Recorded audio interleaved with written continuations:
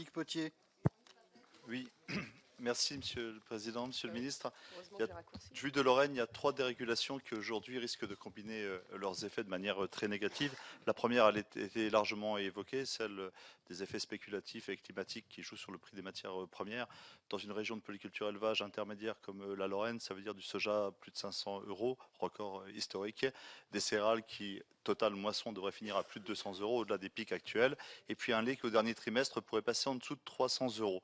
Ça ne passe pas, même avec les meilleurs gestionnaires, les systèmes plus innovants, je le dis au passage, sur lesquels j'ai senti dans l'audition de M. Lhuillier de l'INRA la semaine dernière que les capacités d'expertise de ces systèmes, de cette approche systémique que vous chérissez, étaient encore timides au niveau de l'INRA. Il y a certainement une commande publique à préciser en la matière. Première dérégulation. Deuxième dérégulation, elle est connue, je n'y reviendrai pas non plus, c'est celle des rapports entre les différentes, la chaîne des valeurs dans l'agroalimentaire. Les accords du printemps sont extrêmement fragilisés. On le voit bien aujourd'hui dans les rapports avec la grande distribution qui continue à avoir des rapports léonins avec les producteurs et les transformateurs. Mais je voudrais attirer votre attention et poser une question sur une dernière dérégulation, c'est celle de la politique des structures.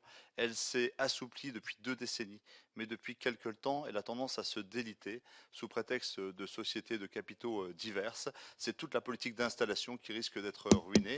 J'aimerais savoir quelle est votre intention en la matière. Le changement, est-ce que c'est de réguler maintenant à nouveau dans l'agriculture sur la politique des structures ?